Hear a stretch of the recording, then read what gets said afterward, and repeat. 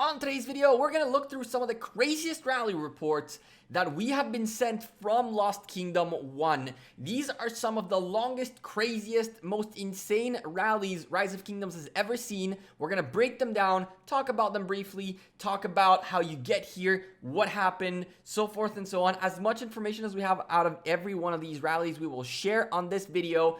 So stick around, strap in, because this is going to be a good one.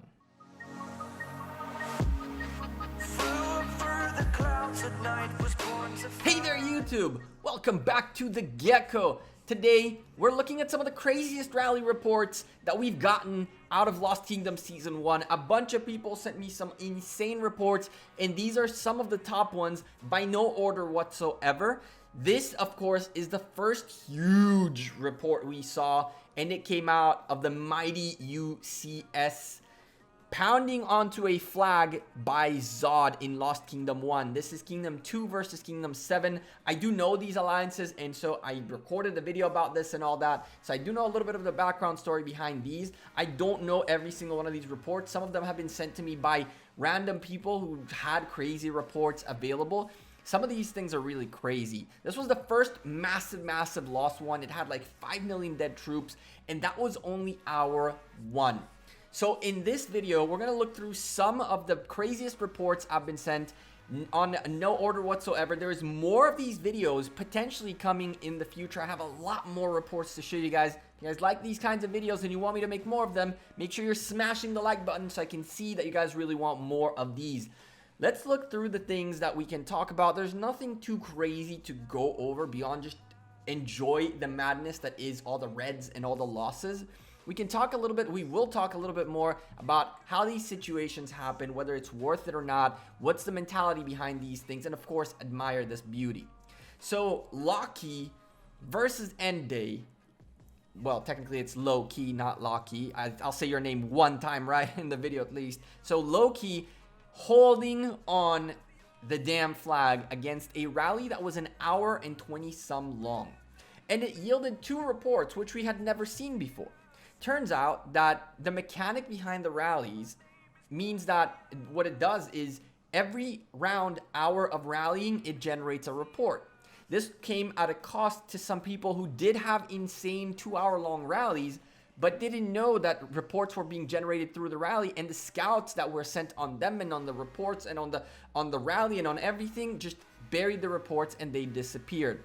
So if you guys have in the future any crazy rally reports you want to share, if you're rallying for more than an hour, make sure you're saving the reports as you go and send them to me in game. You can find me in Kingdom 59 in JWM, I am Gekko in there, or in Kingdom 196 as Gekko Gaming in Legends Gaming 1. You're welcome to PM me in game your reports, and we might feature them in here. This was a first one for a lot of things. This was the first one not only for the fact that it generated 2 reports, but also to the fact that YSG is as insane as he is.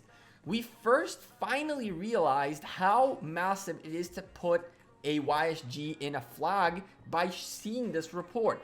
I thought about this situation, right? About, hey, if you put that guy there, he AoEs continuously, anyone nearby is gonna get hit, right? Turns out that everyone around is gonna be dead. These hits of YSG from the flag actually translate straight to deaths. So this report was really interesting to see, because it was the first time I had seen a report this long with so many hits of just AoE of people who just got a little bit too close. And you keep seeing as time progresses that these reports don't show this as often, because people ended up learning either from this or from their own attempts of rallying and doing these kinds of things. So this was only the first of the 2 reports that came out. This is the second report that went from minute 33 to minute 52. So there's about 19 more minutes in here. So it was about an hour and 19 hours long, an hour and minutes long. Again, another 1,600 deads on this side, a lot more on Loki's Zod side. But they defended so well. To hold a flag for an hour and some and have so many people come into the flag is very expensive. But the thing that really impressed us is how the heck did UCS last this long? Well, it turns out that if you get kicked out of the alliance or leave the alliance and you get booted out of the rally, you can rejoin the alliance and rejoin the rally. This was the first time I actually see this being implemented. This is the first time I've seen this situation happen. And it was really, really cool to see how later on more and more alliances kept doing this. Whether they knew about this or not is a completely different story. I'm not saying that UCS necessarily were the ones to put it on the map or whatever, but still, the fact that UCS so early in the Lost Kingdom and in the game in general have the mindset to think of these things and try these things, it's kind of cool. Very, very awesome stuff. This is a random report I was sent by Roar. It was almost an hour-long rally against T$D. I don't really know these alliances, so I apologize if I say something that might not be necessarily like 100% about you guys, because I don't really know you. I can tell you massive, massive power losses right there, much bigger than the UCS and Zod numbers, and yet the deaths weren't as crazy. But still 4.2 million deaths. Another almost 4 million severely wounded, which can explain more the power losses right there. A lot more troops were involved in this rally. This rally had a good 50 million troops participating in it, where in the UCS versus Zod one, we saw about, I think it was like 30 million troops, which is still a massive amount. But people really started growing and growing and growing out of the 1 hour and 19-minute long rally. The longest one in the history of Rise of Kingdoms that I know of, at least, is in one of these videos. It's coming up, and it generated an astonishing 5 reports. We're gonna look through them again very, very quickly. It's gonna be probably faster than we looked at them in previous videos. I can show you guys everything like you're seeing right here, and I can show you guys bits and pieces depending on what you guys want. This is a call to action, my friends. In the comments down below, let me know what you prefer. You want to see everything, the whole report, even though it's going to be repetitive and all these numbers and seeing all that. If you want to, awesome, perfect. If you guys want me to cut it down, maybe show you just the snippets, what is something you guys want to try to see out of the rally reports, everything, tell me in the comments down below. I'm always replying to comments and always eager to hear what you guys like, prefer, and want me to show you. This report was sent to me after I mentioned on stream that I'm doing this kind of video, and I'm really glad to see this because there are so many fights happening across the Lost Kingdoms, across the whole game. Lost Kingdom 1 is over. The second set of Lost Kingdoms, is on its last like 10 days. And then there's a third set, which is a big chunk of Rise of Kingdoms community as of right now. But now there's even a third batch of Lost Kingdom Season 1 that is starting up right now. Pass 4 about to open on that batch as well. So it's really interesting. We're going to keep seeing these things. And again, if you guys are part of the newer kingdoms that are just starting your Lost Kingdom, first of all, good luck to you guys. There's a ton of videos on this channel with the progress you need to know and all the information, all the good stuff. And of course, in the description down below, you'll find a Discord group with a ton of information in there as well. But if you guys want to be featured in one of these videos or are making something unbelievable and want me to record it, hit me up on Discord, again, in the group down below. I'll gladly make videos of Lost Kingdoms that are just starting. I think it's very cool to showcase the whole community. Another one of these reports where we see a Yisong Ye this time on the pass.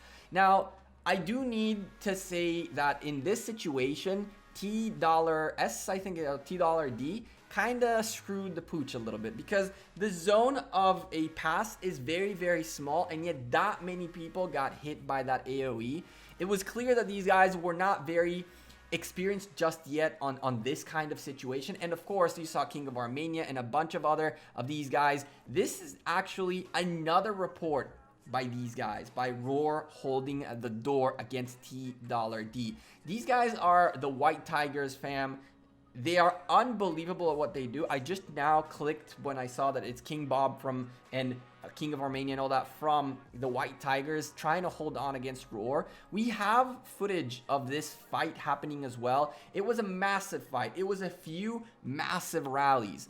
They held for as long as they could. First time around, Roar really, really managed to hold them back. Even though there were severe losses, The guys from T$D knew that they are coming in to just milk down Roar's troops. They knew that they could sustain the losses. They knew that they had much more tier 5s available, and there were much more tier 5s in the rally versus in the pass itself. But I think that the second time around, you're going to see that this report is a bit shorter. The reason this report is a bit shorter because they stopped swarming the pass. They realized there is a YSG on the pass, and now you start seeing those extra losses being dwindled down.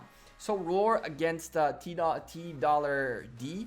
think that's what their name is, was one of those fights where it was the White Tigers and the alliances within their kingdom all combined into one alliance that was gonna push through that pass and get it, so they can access the zone 5 where Roar were. And you guys can go see that Lost Kingdom, see what's the situation in it now, and figure out who won, who lost, what happened. There's a huge 30 million power loss here, but definitely Roar taking the shorter end of the stick, even though they did have the stronger infantry.